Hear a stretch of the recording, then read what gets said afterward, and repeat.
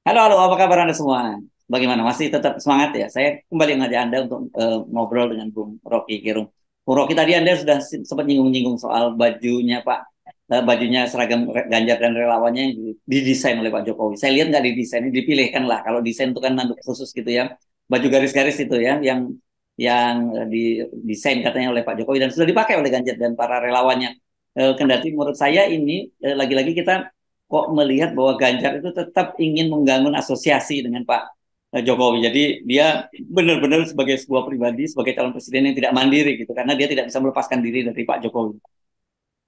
Ini bisa berakibat panjang bagi outlet-outlet yang menjual baju hitam putih itu. Karena banyak orang mungkin yang justru nggak mau membeli bajunya karena menganggap itu artinya pro Ganjar kan. Jadi mendua sebetulnya tuh. Kalau misalnya dipromosikan hitam putih, orang oh ya udah daripada diidentikan dengan seseorang yang punya masalah ekologi misalnya jangan pakai itu tuh. Jadi kita mesti lihat bahwa semiotika fashion itu. Fashion itu kan artinya sesuatu yang berubah itu dalam bahasa Latin fashion artinya masih berubah. Jadi sesuatu yang masih berubah jangan dipastikan sebagai penanda identitas. Karena orang akan anggap bahwa oh ya hitam putih itu adalah orang perusak lingkungan. Bisa, bisa begitu dimainin sama sama netizen. Atau orang bahkan bilang, oh artinya Ganjar nggak sepenuhnya diasuh oleh PDIP, kenapa nggak merah sinyalnya kan.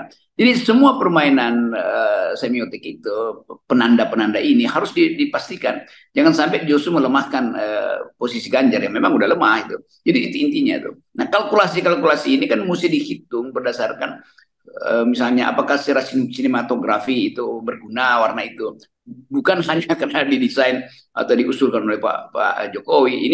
Ini persoalan yang sangat serius soal pemilihan warna. Di Amerika itu ada tim khusus tuh untuk cari tahu kalau warna semacam ini dipakai di ruang TV sementara lampunya adalah halogen, efeknya apa? Kalau lampunya diganti fluoresen, apa efeknya itu? Kalau matahari dari sebelah kiri, apa efeknya itu? Jadi memang ada perhitungan khusus bagi calon presiden, yaitu ada fashion advisor atau beauty advisor bahkan untuk Ya, ya. menentukan posisi itu, posisi fashion, hubungan antara fashion dan elektabilitas. Ya, ini sebagai orang yang pernah cukup lama di industri televisi ya, Bung Rocky ya. Saya paham itu baju itu nanti biasanya ini kalau produsernya benar begitu ada katakanlah narasumber atau relawan Ganjar yang mau tampil di talk show dan dia mau memakai baju garis-garis sebagai penanda itu dia Ganjar, biasanya akan disuruh ganti Bung Rocky. Karena dihindari baju garis-garis semacam itu flicker kalau di sini ya, itu Oh, mendistract pada fokus. stiker, oke. Okay. Ya, gitu. Itu kita duga juga begitu ya akan terjadi karena Pak Jokowi kan dia bukan ahli fashion, dia ahli mebel, jadi lain. Jadi kalau Ya. kalau kalau uh, meja kampanyenya Ganjar yang didesain Pak Jokowi masuk akal tuh. Tapi kalau yang mendesain bajunya ada Pak Jokowi itu bisa punya problem macam-macam tadi. Atau bahkan orang akan nyinyir wah ini semacam isi teka-teki silang dong hitam putih ini. Kira-kira begitu kan. Atau itu tackle tackle kamar mandi itu. Jadi semua hal bisa diucapkan. Nah, kita cuma mencoba untuk membayangkan kontroversi dari pemilihan warna itu. Kita nggak ada urusan, tapi kita tahu bahwa ini akan panjang urusannya karena netizen selalu punya kesempatan untuk ngulik-ngulik sesuatu yang nggak terlihat. Ya, ya. Oke, tapi saya melihatnya setidaknya ada dua hal yang bisa kita lihat ya dari bahwa Ganjar menyatakan bahwa ini adalah baju yang didesain oleh Pak Jokowi, meskipun saya bilang itu nggak didesain, itu dipilih aja oleh Pak Jokowi ya. Ini kan satu, dia ingin tetap mengulang kira-kira keberhasilan Pak Jokowi dulu dengan menggunakan baju kotak-kotak gitu yang diferensial. Yang kedua, dengan dia menyatakan bahwa itu baju yang dipilihkan oleh Pak Jokowi, dia tetap aja sebagai figur mengharapkan berkah dari Pak Jokowi begitu ya, berkah nama besar Jokowi. Sementara dari sisi Pak Jokowi ini kan saya kira juga menimbulkan pertanyaan dong dari Pak Prabowo. Jadi sebenarnya Pak Jokowi ini mau dukung saya penuh atau tetap masih separuh-separuh ke Ganjar? Kenapa masih mendesainkan baju untuk Ganjar kan gitu? Itu problem kita selalu adalah Jokowi tetap mau ya kelingkingnya ada di Ganjar, jempolnya ada di Hmm. Prabowo, mungkin telunjuknya ada di Erick Thohir, macam-macam kan. Ya, Padahal sebetulnya di dalam problem hari ini orang mau lihat ide dari tiga calon presidennya apa, termasuk ide Jokowi. Apa ide Jokowi tentang masa depan pulau-pulau apa namanya tadi yang kita bahas tadi pagi itu, food estate ini kan apa testing. masa depan Papua yang ada dalam ketegangan terus menerus kan itu nggak ada hubungannya dengan dengan baju. Ini juga menyesatkan tuh, bahwa semua selalu dianggap bisa berhasil kalau ada semacam diferensial tuh. Nah, pada waktu Jokowi memang itu dibikin heboh dengan kota-kota itu. Tetapi pada waktu itu Jokowi memang udah sangat populer, dari Ya, Solo udah populer tuh, masuk DKI udah populer tuh, begitu jadi capres udah tinggal dipoles sedikit. Nah, Ganjar lain. Ganjar datang dari Jawa Tengah, yang orang ingat, oh Ganjar memimpin Jawa Tengah, dan Jawa Tengah makin miskin di dalam kepemimpinan Ganjar. hmm, Provinsi Jawa Tengah itu provinsi termiskin di Jawa tuh. hmm. Jumlah putus sekolah SMA setiap tahun ada 45.000 orang itu. Artinya Ganjar gagal mencerdaskan kehidupan bangsa itu. Rasio kemiskinannya itu 9,8%, itu di atas rata-rata nasional tuh. Jadi semua orang akan lihat sebetulnya apa di balik isu kota-kota itu, kalau prestasinya minim, kurang. Itu intinya tuh. Jadi sebaiknya kita dorong Pak Ganjar ini untuk mempersiapkan argumen tentang prestasi dia yang banyak dikritik itu, dan dikritik itu memang betul-betul faktual tuh. Stunting juga di Semarang itu naik terus itu kan. Jadi sebetulnya kita melihat perdebatan yang sifatnya bukan sekedar bersifat fashion, tapi yang betul-betul otentik sebagai ide itu. Ya, ya. Ini bukan kotak-kotak, Bung Rocky. Garis-garis ini ya. Beda dengan yang Ya, Jokowi. Jadi kata dia ini garisnya, ini garis menanyakan garis lurus gitu, dan kemudian juga jelas tidak abu-abu ini karena hitam dan putih begitu. Tapi saya sepakat dengan Anda tadi bahwa ini kan hanya casing gitu ya.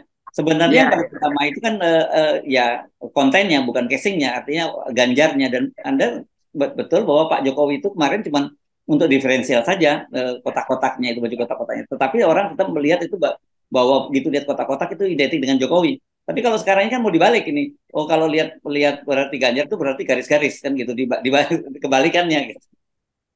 ya itu sama seperti ada orang punya iPhone yang keren, tapi casingnya KW, nggak penting. Yang penting iPhone itu casingnya apa gunanya kan? Itu orang bisa ganti-ganti casingnya aja. Tetapi dalam soal politik bukan soal penampilan. Penampilan itu diperlukan di atas panggung aja tuh. Dan identifikasi orang terhadap pikiran itu yang sekarang ada. Kita nggak mungkin membujuk milenial untuk percaya bahwa baju seseorang itu menunjukkan isi kepalanya tuh. Jangan-jangan isi kepalanya memang hitam putih tuh, artinya nggak ada pembuluh darah di situ tuh, darahnya beku semua kan, bisa begitu kan. Jadi kelihatannya poin-poin semacam ini dipikirkan secara dangkal itu. Padahal kita ingin pemilu nanti itu debat intelektual, debat konseptual, debat global issues kan, itu intinya tuh.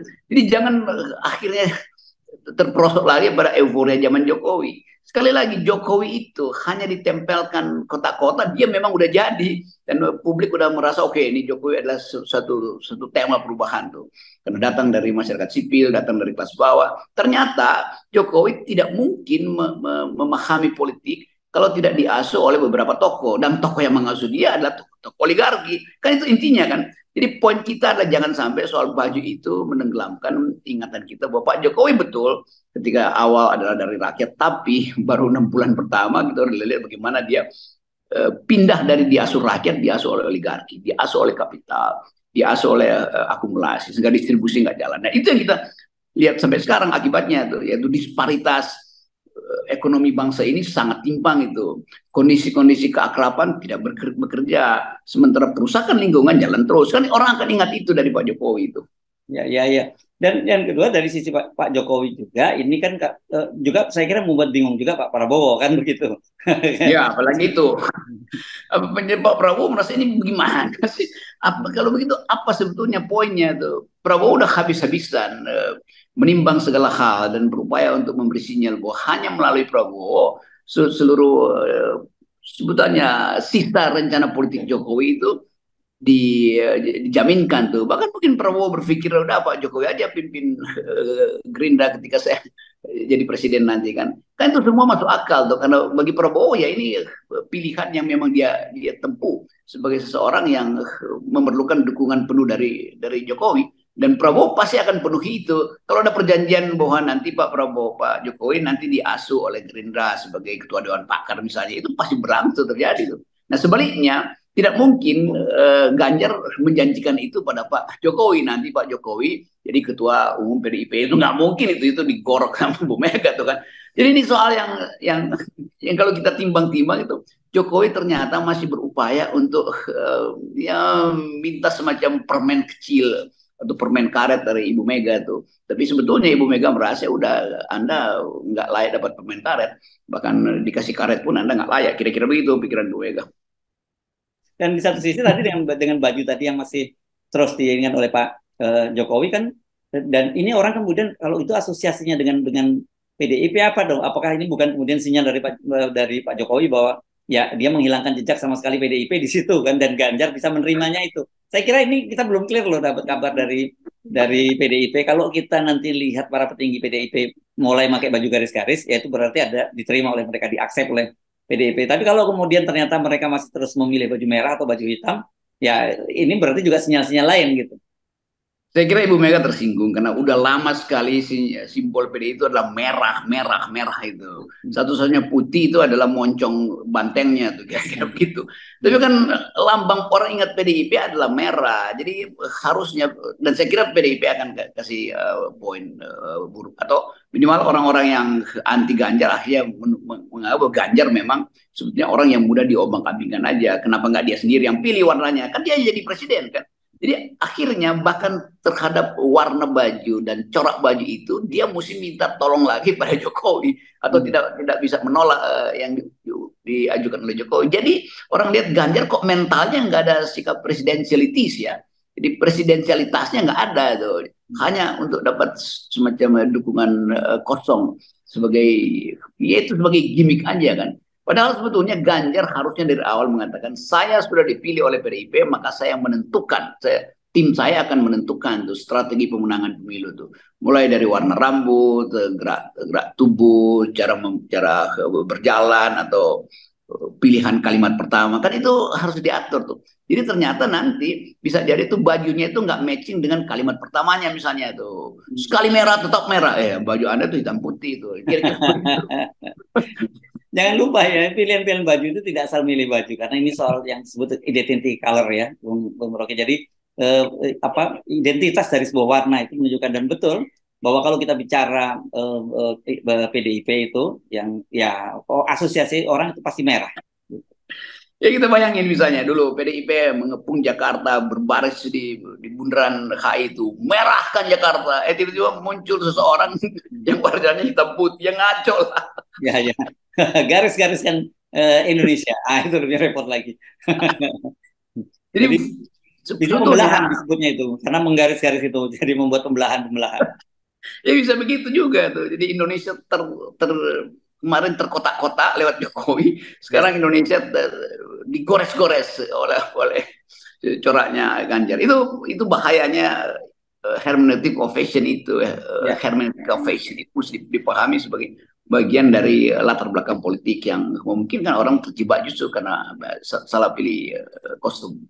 Yes, dan karena itu kalau kita pilihan kita ingin membulatkan Indonesia ya menjadi sebuah kesatuan. Ya, kita tidak ingin menggores, kita tidak ingin kotak-kotak, kita membulatkan dengan 0%.